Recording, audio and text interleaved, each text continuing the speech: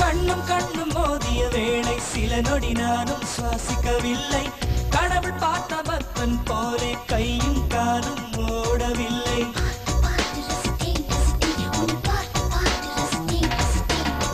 தேவதையும் பேருந்தில் வருமா கனவா நனவா தோன்றவும் இல்லை.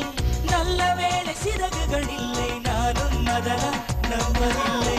நெற்றி என்ற மேடையிலே ஒற்றை முடியை ஆடவிட்டாள். ஒற்றை முடியில் என்னை கட்டி உச்சி வயலில் தூக்கிலிட்டாள். மனதில் இத்தனை ரணவா, அடவலியில் இத்தனை சுகமா.